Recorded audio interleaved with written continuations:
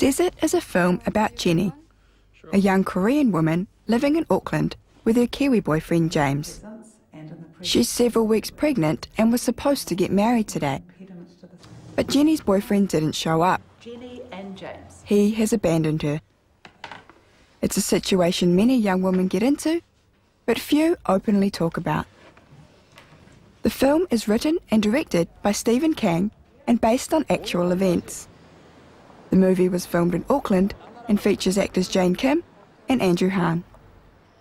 It's about like women's trying to find herself, right? Because she's having a baby, like boyfriend's kind of run away, and she's and like Korean community or general community trying to ignore her. So I think she's, in a way, it's like a story about lone survivor. 안녕하세요. 안녕하세요. 남편 되실 분은 아직 안 오셨나 봐요. 네. Because she gets pregnant out of wedlock, it's definitely not thought to be ideal when it comes to conservative Asian societies. And obviously she doesn't fit in with the Kiwi society as well. So isolation is a big part in this movie. In fact, many of the women affected are in much worse positions. Some are completely abandoned by their families and communities, as well as looked down at and seen as a disgrace. After being deserted by her fiancé, Jenny is asked not to return to the church where she teaches Bible class to the children. Lost and on her own, she is forced into isolation. While this might make for a good film, the rate at which it happens in reality is a big concern for women's health group WANDS. But if they are a New Zealand resident, they are often, they've got nowhere to go, and the Asian families and students that they communicate with are very shy to talk about it, so they feel that they haven't got someone to access. Jane, who grew up in Germany before coming to New Zealand, understood Jenny's situation. I actually still feel quite isolated. I can't fully be Kiwi or Korean. So when I actually went back to Korea this year, I just felt like an outsider, a total outsider. The cast had just 10 pages of script to work with, which gave more freedom to improvise.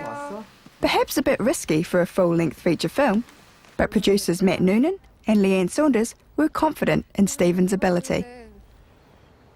Well, firstly, Stephen's like a real visionary and an important voice for New Zealand cinema. As an Elam grad, he's worked at Curious for a long time, and he's just got a really sort of unique perspective as a filmmaker. You've got a real nerve showing your face around here. It's outside a lot of the stereotypes. So it's not a film that it touches on things that we think we know, and then it takes you into a world and it really turns you on your head as to what you think you're going to be seeing. Well, they're about to find out if Desert will make an impact on the Kiwi audience. Tonight is the film's New Zealand premiere at the Rialto Theatre in Newmarket, and it's completely sold out. Oh, feeling really great. Yeah, it's exciting to see all this crowd. Yes, very excited. Nervous? Very nervous, yes. Yeah,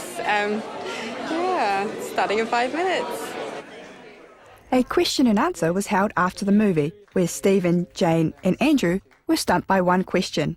How do they think will the Korean community here react to the way they are portrayed in the movie? I don't know because they haven't seen it yet, but hopefully they'll see it positive way.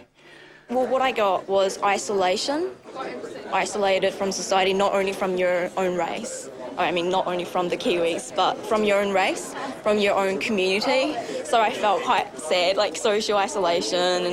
Yeah, I think you kind of see that kind of happening out there, actually. I guess, as a minority, it's maybe something that is there.